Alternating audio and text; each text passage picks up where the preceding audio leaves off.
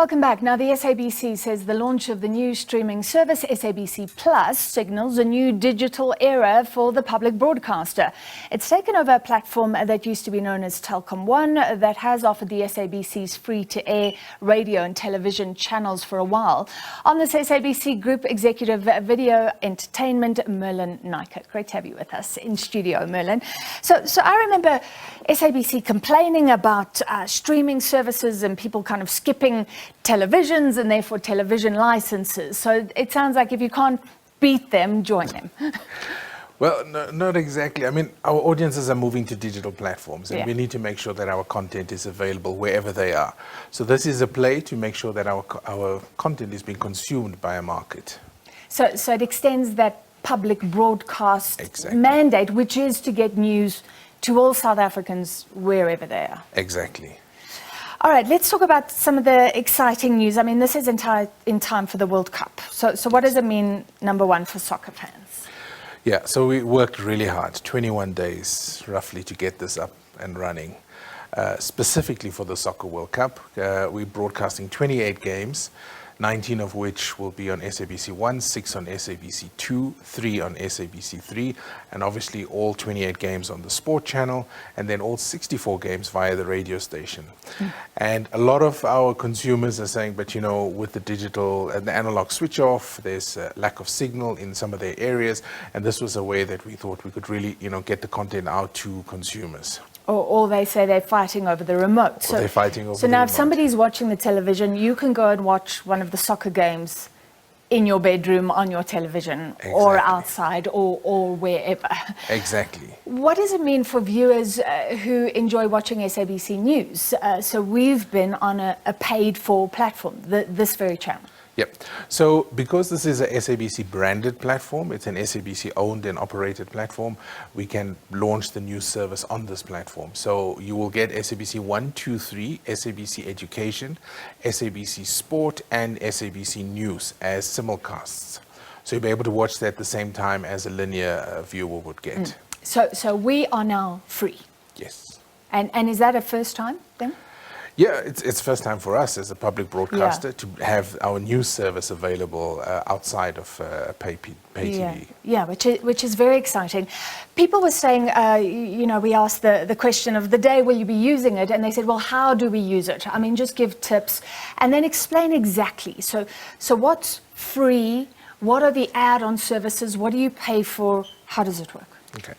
So how it works is right now, because of the speed at which we launched this platform, we're still doing a couple of tweaks in the background. You can go to sabcplus.com, register as a user, and then download the app. It's in the iOS store.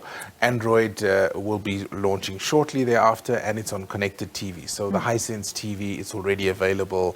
You switch your TV on, go to the home menu, and you'll be able to see the app there already and start consuming the content.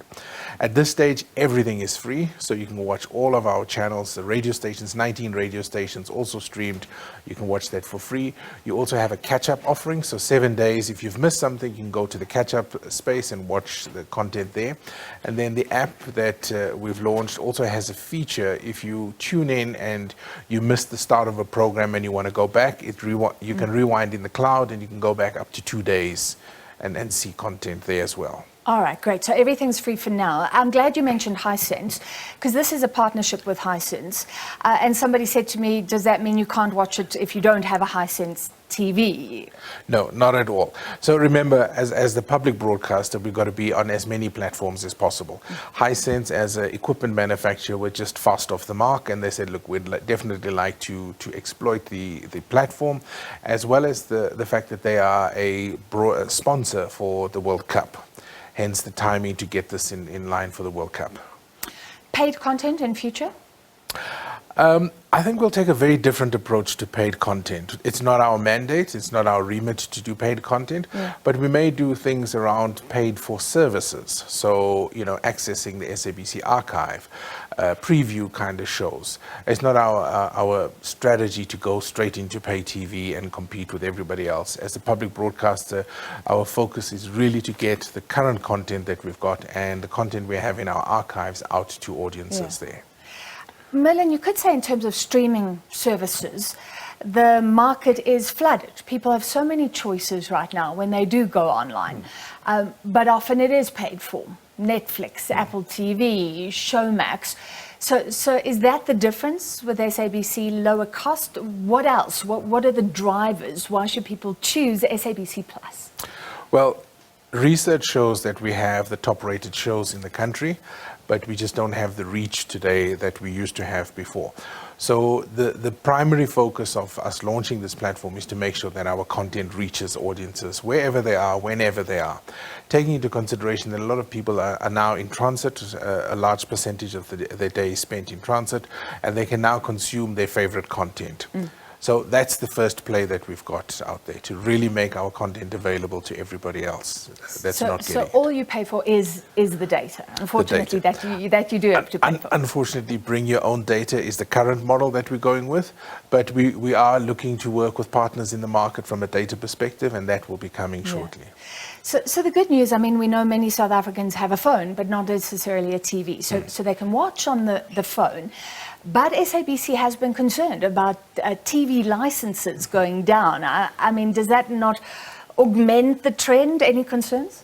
So what we will do is we'll start to supplement the TV license with the OTT platform. So if you start to register and you put your TV license data in there, then we can start giving you a lot more services than just the content that we currently have. So you can block people essentially who don't have a TV license? We could. At this stage, it's really just to ensure that we get maximum traction on viewing. Yeah.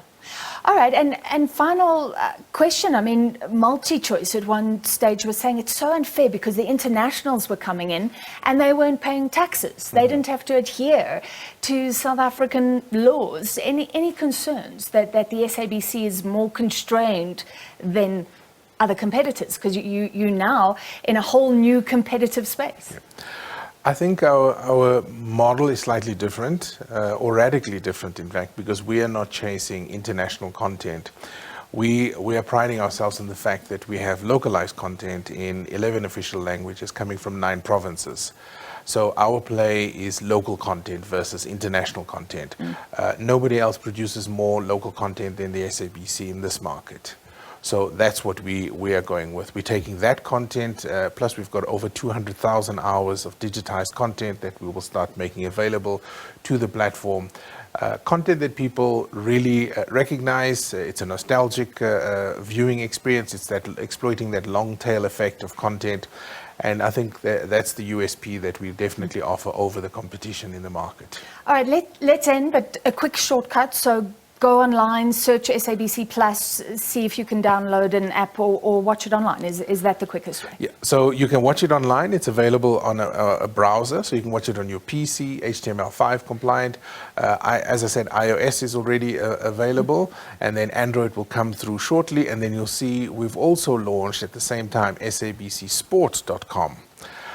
Which is our sports portal, and you can go in and see a whole lot of content there. We're bringing all of our properties together into one home, so it's not a fragmented offering going forward. You'll be able to see all of this, and with the streaming of radio services and soon to be adding podcasts and pop-up type channels.